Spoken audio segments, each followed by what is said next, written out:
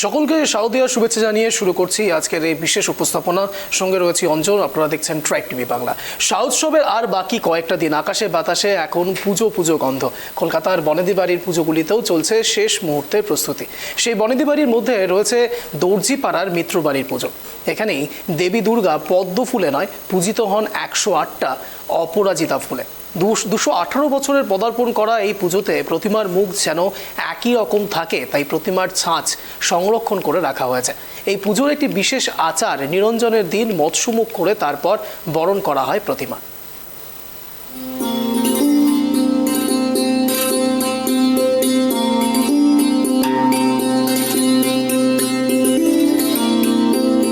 কলকাতার বিভিন্ন বনেদি বাড়ির পুজোগুলির যেন কলকাতার এক একটা ইতিহাসের সাক্ষ্য বহন করছে।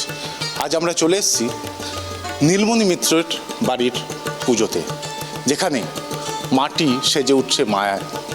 চিন্ময় রূপ থেকে মৃন্ময় রূপে তৈরি হচ্ছে দুর্গা প্রতিমা।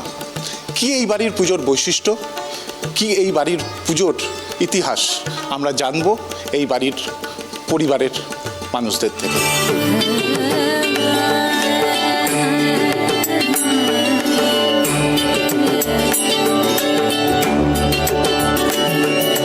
আমরা পেয়ে গেছি মিত্র বাড়ির সদস্যা অনুসূয়া মিত্র বিশ্বাসকে আমরা কথা বলবো।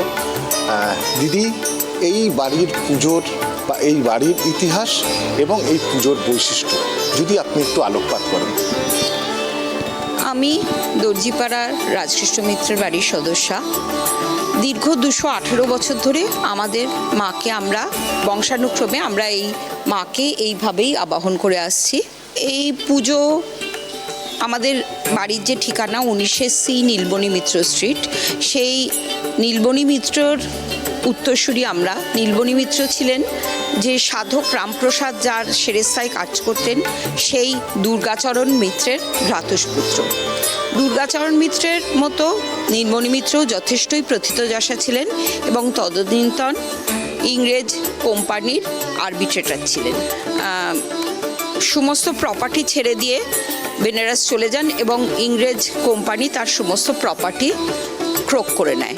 তিনি বেনারসে মারা যান, তার পুত্রও বেনারসে মারা যান।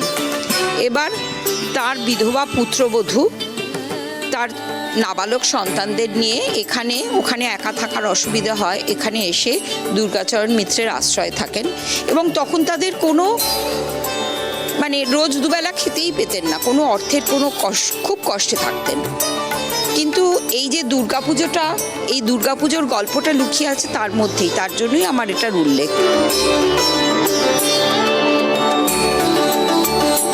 একবার প্রাণকৃষ্ণ মিত্র তার বড় ছেলে খেলার ছলে মৃৎশিল্পীদের বন্ধুদের সঙ্গে মা কালী তৈরি করেন এবং সেই মা কালী কিন্তু তিনি ছোট্ট মা কালী ভুলক্রমে তিনি বাঁ পা এগিয়ে করেছিলেন। তার ফলে এদের অর্থনৈতিক অবস্থার পরিবর্তন হয় এবং কুলো রক্ষার্থে রামদুলাল সরকার তার বড় মেয়ে বিমলা সুন্দরীর সঙ্গে প্রাণকৃষ্ণ মিত্রের পরের ভাই রাধাকৃষ্ণ মিত্রের বিবাহ দেন এবং তিনিও যথেষ্টই বুদ্ধিমান এবং ছিলেন।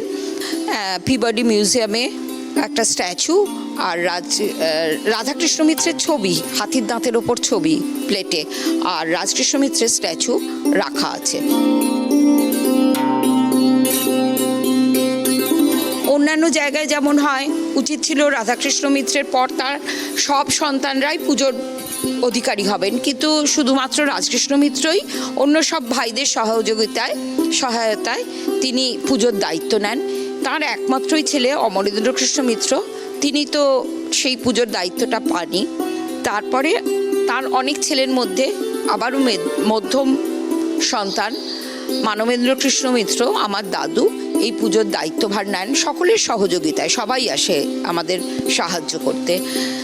কিন্তু আমাদের বাবাদের 3 ভাইয়ের কারোরই কোনো পুত্র সন্তান না থাকায় এখন আমরা মেয়েরাই এই পুজোর দায়িত্বভার নিয়েছি। তাই আপাতত এই পুজো সম্পূর্ণই মহিলা পরিচালিত। গঠনগত দিক থেকে একটু তো অন্যরকম আছে, পেছনের মঠচৌরি কাজ, আর দুর্গা মা, লক্ষ্মী মা, সরস্বতী মা দেবী মুখ, আর কার্তিক আর অসুরের বাংলা মুখ, মানে এরকম মিক্সচার আমি খুব একটা বোধহয় হয় না। আমার অভিজ্ঞতা খুব কম, কারণ আমি অন্য কোনো বাড়ির ঠাকুর দেখতে কখনো বেরোইনি। যাই হোক, আর আমাদের বাড়ির আর একটা বড় বৈশিষ্ট্য হচ্ছে এই ছাঁচগুলো সব কিছু আমাদের প্রিজার্ভ থাকে, বাড়িতে থাকে, কারণ এতদিন 218 বছর এই পুজো হচ্ছে, এতদিন একই কারিগরের হাতে তো হওয়া সম্ভব না। কাজেই এটা যাতে অবিকৃত থাকে সেই জন্য এটা প্রিজার্ভ থাকে।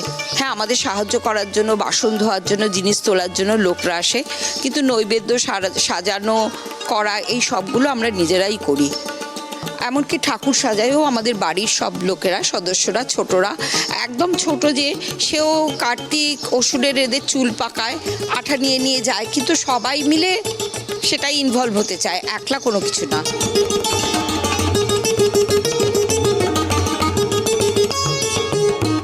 যেহেতু কায়স্থ আমরা পাক করা জিনিস দিতে পারি না, তো সেই জন্য কুলের যখন ওঠে কুল, তারপর তেঁতুল, তারপর আম, আমরা রোদের পাক করে সেই আচারগুলো তৈরি করি। আমরা মাখন দিয়ে কিন্তু কনিক্যাল শেপে স্ত্রীর মতো করে নৈবেদ্য তৈরি করতে পারি এবং সেটা দাঁড়ায় হয়। বা আমরা পিঠে নিবেদন করি। আর তারপরে খিচুড়ি আমরা বললাম যে আমরা তো রাধা দিতে পারি না, ওই সোলার এনার্জি দিয়ে ঘি, ডালেতে ঘি মাখিয়ে সেটা লালচে করে দিয়ে তার মধ্যে আমরা চালের ওপর ছড়িয়ে দিয়ে পাশে কলার জায়গায় পাঁপড়, ফলের জায়গায় বিভিন্ন সবজি, আলু ভাজা, আমরা যা খিচুড়ি দিয়ে খাই, চচ্চড়ি এরমভাবে দিয়ে আমরা নিবেদন করি। প্রথম বলা উচিত যে আমাদের রথের দিন কাঠামো পুজো হয়, তারপর বাড়িতেই ঠাকুর তৈরি হন, আর সে একদম দশমীতেই বেরোন। আমাদের কলাবউ স্নান আমাদের ঠাকুর দালানেরই বাইরের দিকে হয়, তারপর কলাবউ প্রবেশ হয়। আমাদের ঘট ওপর থেকে, ওপরে বোধন ঘট বসেন, তাকে নামানো হয়, এমনভাবে নামানো হয় যেটা একটুও নড়ে না, মানে তার পেছনের যে গাছগুলো সেগুলোও কিন্তু অবিকৃতই থাকে, কারণ ঘট তো ওরম নাড়ানো যায় না, সেইভাবেই আমরা মাটি থেকে তুলতে পারি, শিখেছি। তারপরে দেখুন আমাদের এখানে সপ্তমী, অষ্টমী, নবমী 3 দিনই কুমারী পুজো হয়। এখন বলি প্রথা বন্ধ হয়ে গেছে, আমি কোনোদিন দেখিনি, শুনেছি আগে বলি প্রথা ছিল, আর সেটার প্রমাণস্বরূপ আমরা দেখতে পাই যে আমাদের পুরনো খাতায় যেগুলো দেখে আমরা নৈবেদ্য তৈরি করি সেখানে লেখা আছে সপ্তমীর দিন পাঁঠার পরিবর্তে চিনির নৈবেদ্য 1টি, নবমীর দিন পাঁঠার পরিবর্তে চিনির নৈবেদ্য 3টি। এইভাবে আমরা নতুন পেতলের রেখাবে চিনি দিয়ে মাকে উৎসর্গ করে চিনির নৈবেদ্য করা হয়। আর অষ্টমীর দিনের একটা অদ্ভুত বৈশিষ্ট্য হচ্ছে আমাদের চিনির নৈবেদ্য দেওয়া হয়, যেটা প্রত্যেকটা এরকম ছোট ছোট এক একটা চূড়ো আমাদের বাড়ির প্রত্যেক সদস্যদের নাম করে তার কল্যাণ কামনায় উৎসর্গ করা হয়। আর একদম মাঝখানেরটা বলা হয় চেনা অচেনা, জানা অজানা সবার মঙ্গল কামনায় সেই নৈবেদ্যকে উৎসর্গ করে সবারই আমরা যাতে মঙ্গল হোক এই প্রার্থনা আমরা মার কাছে করি। আমাদের আর একটা জিনিস হচ্ছে আমরা সন্ধি পুজোর সময় সবার যেমন দীপমালা 108 সেরম আছে, কিন্তু আমাদের 108 পদ্মনা, 108 অপরাজিতা দিয়ে মাকে নিবেদন করা হয়। নবমীর দিনে যেমন হোম, প্রদক্ষিণ এগুলো হয়, কিন্তু আমাদের এই হোমের আগুন সরাসরি ঠাকুরমশাইরা নিজেরা প্রজ্বলিত করেন না, আমরা ধুনুচির থেকে তাদের আগুনটাকে প্রজ্বলিত করে দিই। আমাদের প্রজ্বলিত করা আগুন তারা হোমকুণ্ডে প্রবেশ করান। দশমীর দিনে আমাদের যেটা হয় সেটা হচ্ছে মাকে বরণ করা হয়, মাকে ছেঁচা পান, ঝাড়খিলি সব দিয়ে, ঝাড়খিলি মানে একটা পানের সরু সরু শিরাগুলোর মধ্যে একটা করে করে দিয়ে 5টা 7টা এরম করে ঝাড়ের মতো করা হয়, মাদের সব ঠাকুরদের হাতে হাতে দিয়ে সেটা বরণ করা হয় মুখে ছেঁচা পান দিয়ে। আমরা কিন্তু বরণ করতে নামি, তার আগে তো আমাদের নবরাত্রি চলে, বরণ করতে নামি লেজা মুড়ো খেয়ে, মানে যিনি মূল বরণ করেন লেজা মুড়ো খেয়ে, বাকিরাও মাছ খেয়ে মুখে পান দিয়ে মাকে বরণ করা হয়। বরণের পর কনকাঞ্জলি নিয়ে উঠে গিয়ে আমরা ঠাকুরের সিংহাসনে বসি, সামনে মা কাছে আমরা প্রার্থনা করি যে মা তুমিও নারী, আমিও তাই, আমাদের মধ্যে যেন সেই তুমি যে এই অশুভের নাশ করে সুন্দর পৃথিবীকে তৈরি করার জন্য এই যে আসছো, আমরাও নারী, আমাদের মধ্যে তুমি সেই জিনিসটাকে জাগাও, আমরাও যেন সেই শক্তির অনুপরমাণু নিয়ে আমরা আমাদের সংসার, আমাদের সমাজটাকে এরকম সুন্দরভাবে অশুভ শক্তির থেকে মুক্ত করে সুন্দর সমাজকে তৈরি করতে পারি। পরিবার মিলেই তো সমাজ, আমাদের এই পৃথিবীটা সেরকমই সুন্দর হয়ে উঠুক, আমরা এটা প্রার্থনা করি।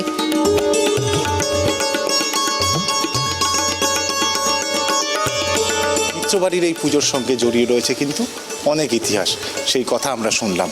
আজ তাহলে এতটাই, আবার আপনাদের সঙ্গে দেখা হবে অন্য কোনো বনেদি বাড়ির পুজোয়। ক্যামেরায় স্বপন রায়ের সঙ্গে ত্রয়ন চক্রবর্তী, ট্রাইব টিভি বাংলা।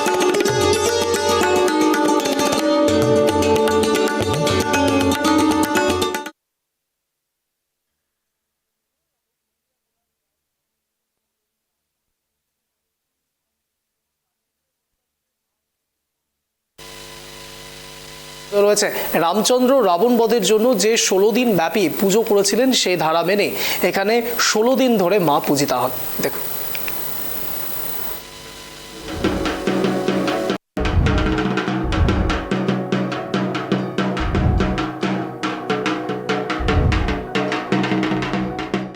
প্রথা মেনে জিতাষ্টমীর পর বুধবার থেকে শুরু হলো পঞ্চকোট রাজবংশের দুর্গাপুজো। এদিন পুরুলিয়া জেলার কাশীপুর রাজবংশের দেবী বাড়িতে বোধন হয় রাজরাজেশ্বরীর। জানা গেছে প্রায় 2000 বছর আগে পঞ্চকোট রাজপরিবারের দুর্গাপুজো শুরু হয়। মহারাজা বিক্রমাদিত্যের সপ্তম পুরুষ দামোদর শেখর এখানে পুজো শুরু করেন। তখন এলাকাটির নাম ছিল জঙ্গলমহল, পরে শিখরভূমি নামে পরিচিত হয়। এখানে মা দুর্গাও শিখরবাসিনী হিসেবে পরিচিত। পঞ্চকোট রাজবৃত্তে দুর্গা প্রতিমার বিশেষত্ব হল এখানে প্রতিমায় 2টি অতিরিক্ত মূর্তি থাকে, তারাও পুজো পান। এই 2 মূর্তির নাম জয়া ও বিজয়া, দেবীর অষ্টসখীর মধ্যে যারা অন্যতম। পঞ্চকোট রাজপরিবারের সদস্যরা জানিয়েছেন ধার বা ধারানগর থেকে পঞ্চকোট রাজারা জঙ্গলমহলে এসে রাজত্ব স্থাপন করেন। তারা সঙ্গে নিয়ে এসেছিলেন চতুর্ভুজা রাজরাজেশ্বরী মূর্তিকে। এখানে দশভুজা মৃন্ময়ী দেবীর পুজো প্রচলিত হওয়ার পর একই সঙ্গে রাজরাজেশ্বরীরও পুজো হয়। এই মন্দিরে ছাগ বলি, মহিষ বলি প্রথা রয়েছে, তবে রাজবাড়ির অন্দরের পুজোয় বলি নিষিদ্ধ হয়েছে। সেখানে মহাষ্টমীর সন্ধি পুজোয় চাল কুমড়ো বলি দেওয়া হয়। এখানে কিন্তু এই জিতাষ্টমীর পরের দিন যে নবমী, যেটা আজকের দিন, এই কৃষ্ণপক্ষের আদ্রা নক্ষত্র যুক্ত নবমীতে এই পুজোর সূচনা হয় এবং এই পুজো আগামী দুর্গাপূজার নবমী অবধি হবে। নবমীর দিন অবধি পুজো হয়ে দশমীর দিন আমরা যেটা নবমীর অধিক পুজো, সেই অধিক পুজো করার পরে আমরা এর অপরাজিতা পুজো করে এই পূজার ঘট বিসর্জনের মাধ্যমে এই পুজোর সমাপ্তি হবে। এখন পুজোর আয়োজন কিরকম জাঁকজমক থাকে? দেখুন, আড়ম্বর নেই, কিন্তু পুজো যা আগে ছিল পুজো নিয়ম মাফিক তাই হচ্ছে। যে পুজো আজ শুরু করেছিলেন দামোদর শেখর, আজকে আমাদের যিনি সেবায়েত, এখানে আমাদের এখানে একজন করে সেবায়েত হন, তা আজকের সেবায়েত হচ্ছেন এই আমাদের বিশ্বজিৎ প্রসাদ সিংহ। তা ইনি ওই পুজো দেখছেন আমাদের সবাইকে নিয়ে। পঞ্চকোট রাজবংশের এই প্রাচীন দুর্গাপুজো হয় 16 দিন ধরে। কথিত রয়েছে রামচন্দ্র রাবণ বধের জন্য যে 16 দিন ব্যাপী পুজো করেছিলেন, সেই ধারা মেনেই এখানে 16 দিন ধরে মা পূজিত হন। সেই কারণে এই পুজোকে ষোড়শকল্পের পুজোও বলা হয়। ষোড়শকল্পের ষোড়শী রূপে মা পূজিত হন এখানে। একসময় এখানে ভাদ্র মাসে জুড়ে ভাদু গান হতো। আশ্বিন পড়লেই শুরু হতো আগমনীর গান। পুজোর দিনগুলিতে সঙ্গীত মুখর থাকতো এই এলাকা। এছাড়াও এই পুজোয় রাজপুরুষরা এখনও হলুদ ছাপানো ধুতি পরে মন্দিরে আসেন, যা সাবেকি আনার জৌলুস বাড়িয়ে দেয়। বর্তমানে এটা বহুত পুরনো মন্দির, প্রায় 1000 বছর আগকার। এখানে আপনার পূজা পাশা খুব ভালোই হয়। আর এখানে ধরুন আগে তো রাজারা ছিল, তখন এখানে আপনার ওই 4-5 দিন যে পূজা হয়, সে পূজাটা মানে বিখ্যাত পূজা, বুঝলেন। এখানে পাঠা বলি হয়, কাড়া বলি হয়, সব কিছুই হয়। মানুষের ভিড় কেমন থাকে? ভিড় প্রচুর ভিড় হয়, সপ্তমী অষ্টমী নবমী বিরাট ভিড় হয় এখানে। রাজ পরিবারের সদস্যরা কি উপস্থিত? রাজ পরিবারের সবাই, রাজার লাল সাহেবরা সবাই থাকেন ওখানে। বলি প্রথা রয়েছে? হ্যাঁ, বলি প্রথা কি রয়েছে এখানে? হ্যাঁ বলি হয়। কি বলি হয় এখানে? এখানে ওই আপনার এখন ছাগল বলি হয়, তারপরে কোনো পাবলিকে যদি দেয় তো মহিষ বলিও হয়। ভান্ডারা কি চলে এখানে? ভান্ডারা চলে, মানে খাওয়া দাওয়া চলে। পুজোর 4 দিন কেমন হ্যাঁ, জাঁকজমক থাকে এলাকায়? পুরার জাঁকজমট। আগে তপধ্বনির পর হতো সন্ধি পুজো, তবে সময়ের সঙ্গে সঙ্গে এখন তা বন্ধ। তবু মানুষ ঐতিহ্যের টানে এখনও ভিড় জমান কাশীপুরের দেবী বাড়িতে। রাজবংশের যেসব সদস্যরা কাশীপুরে থাকেন না, তারাও এই পুজোয় বাড়ি ফেরেন, উৎসবে সামিল হন।